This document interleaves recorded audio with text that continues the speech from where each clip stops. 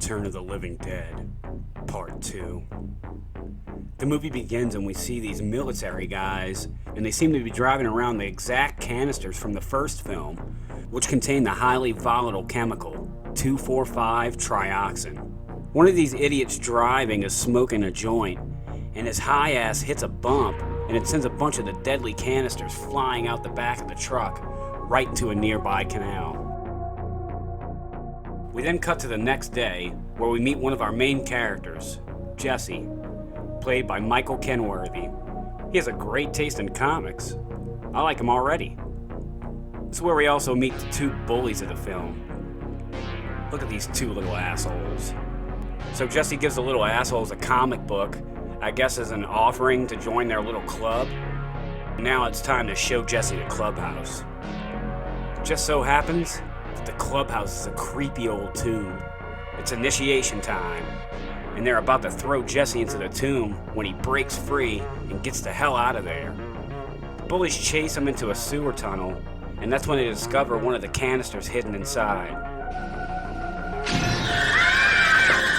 These little fucks throw Jesse in the tomb, trapping him inside. We then cut to a van pulling up to the graveyard, where we meet three more of our main characters. Ed, played by the one and only James Karen, Joey, played by the iconic Tom Matthews, and Joey's girlfriend Brenda, played by Suzanne Snyder. Ed is this corrupt grave robber, posing as a grave digger, and he offered Joey here $100 for a night's work. Guy offered me $100 for a night's work. I can't turn that down, can I? They then... Wait a minute. Why do these guys look so familiar?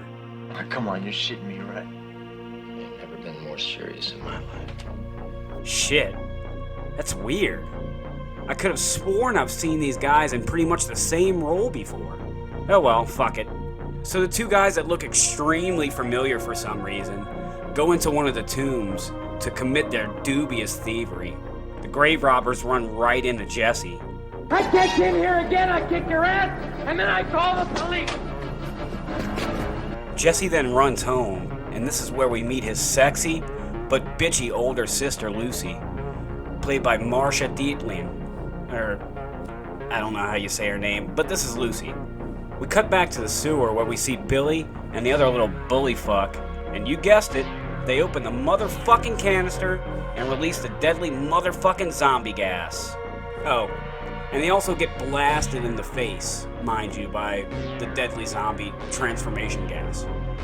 Not only that, the gas is also seeping into the nearby graveyard.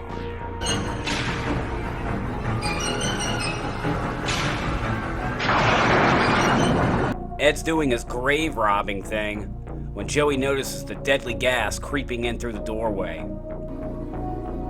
Swamp gas.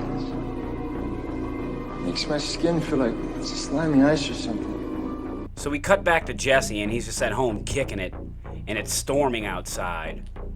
You know, it's really coming the fuck down when he notices that one of his comic books bears an ironically uncanny resemblance to what's going on.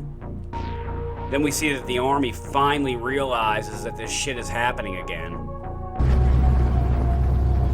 Jesus Christ, not again.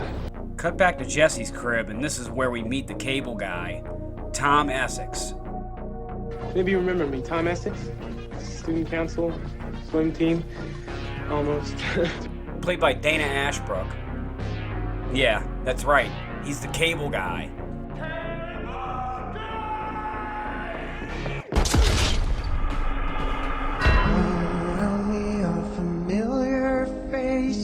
Jesse sneaks over to Billy's house, and he finds out that Billy is sick as fuck. Hello, normal. Are you keeping this under your tongue? You do feel cool. Yep, that poisonous gas straight into your fucking nostrils will definitely do it, alright. Even though he's sick as fuck, he's still got enough strength to threaten Jesse not to talk. You opened the thing, didn't you? Say anything about this, and your ass is grass. Jesse, that's all now. Even when he's basically dying, he's still a little prick. Jesse then sets out into the night to go inspect the mysterious container for himself. But what he finds is far from what he expected.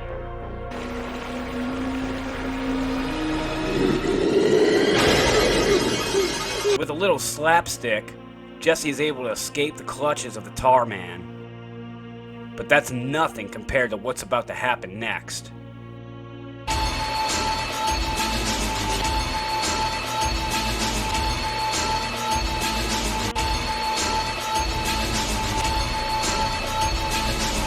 You've really fucking done it now, Billy? You little shit.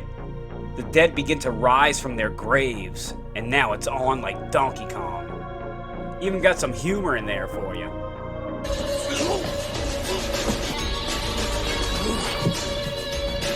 One of the best dead rising scenes, in my opinion. And then we get this dialogue here that also sounds oddly familiar. Watch your tongue, boy, if you like this job. Like this job?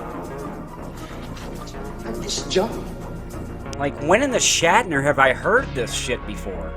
Watch your tongue, boy, if you like this job. Like this job. Keeping in mind that Brenda, Joey's girlfriend, has been waiting in the van this entire time when she decides to go look for Joey and tell his ass she's over it and she's ready to get the fuck out of here.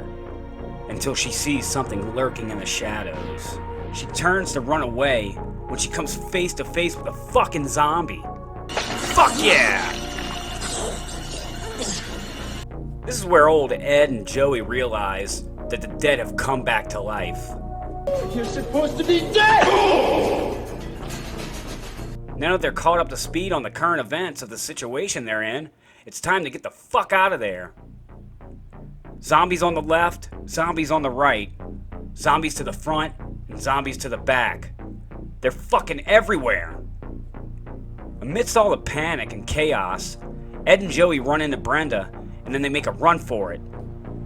I swear, I've seen these exact same characters before. The fuck is going on here? Oh well, the zombies are now on the loose and heading for the town. Jesse runs home, and he tries to tell his sister what's going on, and of course, she doesn't believe him and locks him up in his room. What a sexy bitch. Jesse then comes up with a plan. The diversion gives him a chance to get in his mom's room where there's a phone, so he can call the army and let them know about the current zombie situation.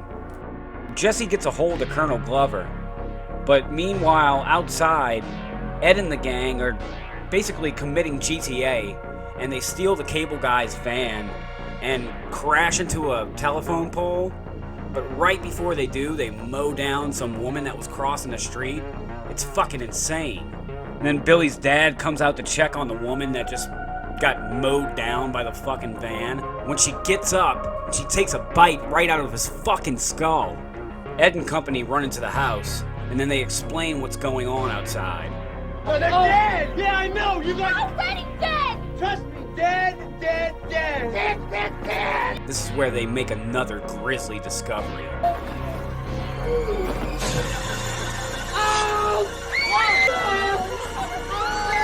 Then we get this iconically hilarious scene here. Get that damn screwdriver out of the head. So the zombies start to overrun the house. Whenever the gang hauls ass out of there, over to Doc Mandel's house to see if he has a car or a phone that they can use. When for some reason, the cable guy stays behind, I guess to give the zombies a piece of his mind and maybe to impress Jesse's sexy hot sister? I don't know.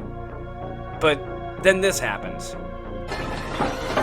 Oh, shit. I guess even zombies can't resist a good workout. Then we cut to Billy's bedroom where we see him starting to turn. After discovering that her husband is the main course outside, Billy's mother races back inside to check on him when he's standing in the stairway. She walks right up to him, I guess to console him, hug him.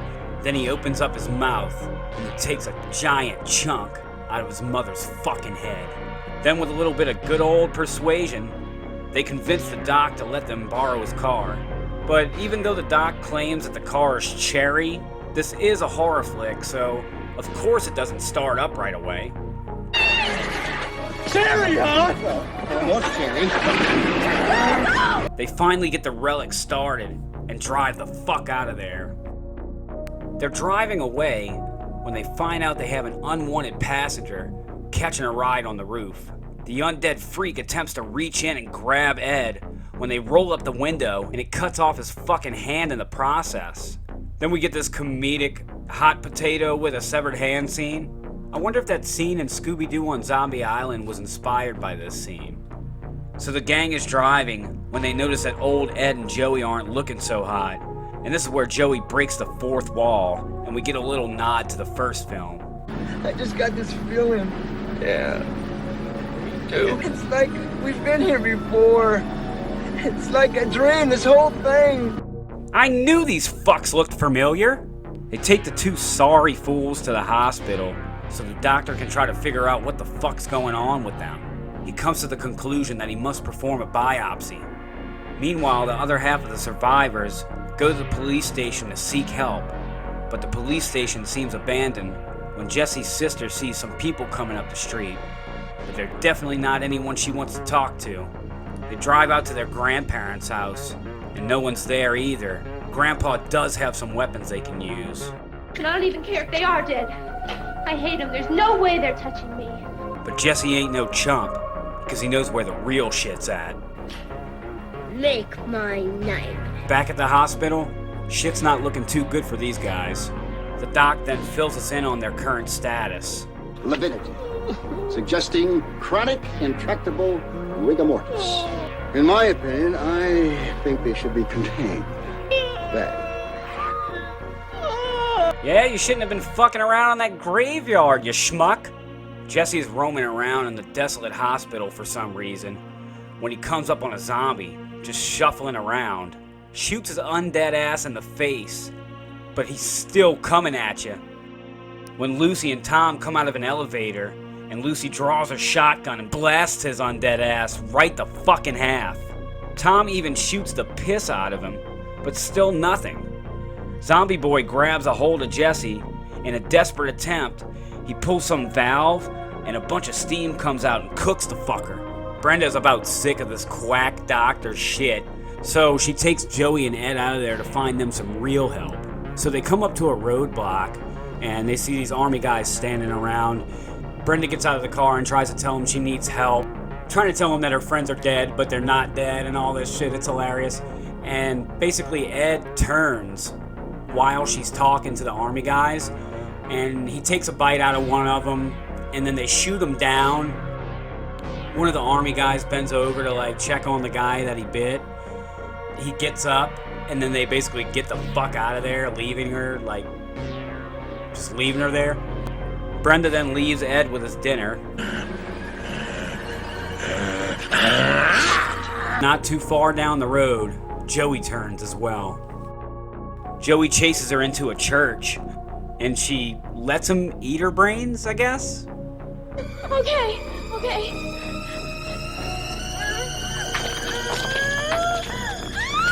Jesse and the rest of the survivors come up to a military roadblock as well. Except them army boys definitely don't want them coming this way. A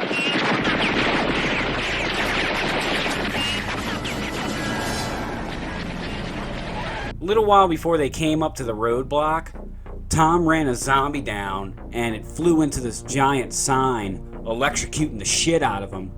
And then that's when they realized that's how you kill him. You gotta fucking electrocute the fuckers. They go to a meat packing warehouse and they load up on a bunch of cow brains because they got a plan. They want brains? We'll give them brains. We then see how the army's dealing with things. So with the truck loaded up with the brains, it's time for their plan to commence. They're literally throwing these cow brains out of the back of a truck to lead all the zombies to the power plant so they can electrocute these fuckers and finish this shit once and for all. The zombies are storming the gate when Zombie Billy hops over the fence and then he opens this place up for business, forcing Tom, Jesse, and Lucy into the back of the truck, trapping them inside. All the while, the doctor's inside getting drunk as a motherfucking skunk. Jesse crawls through a small opening in the truck and he climbs up into the cab so he can drive them out of there. He gets the truck started and they're off. The zombified Billy then steps in front of the truck and gets mowed the fuck down. Jesse then crashes into the building, and this is where the final showdown between Jesse and Billy begins. We also get one of my favorite lines in the movie. You told. Now you die like me.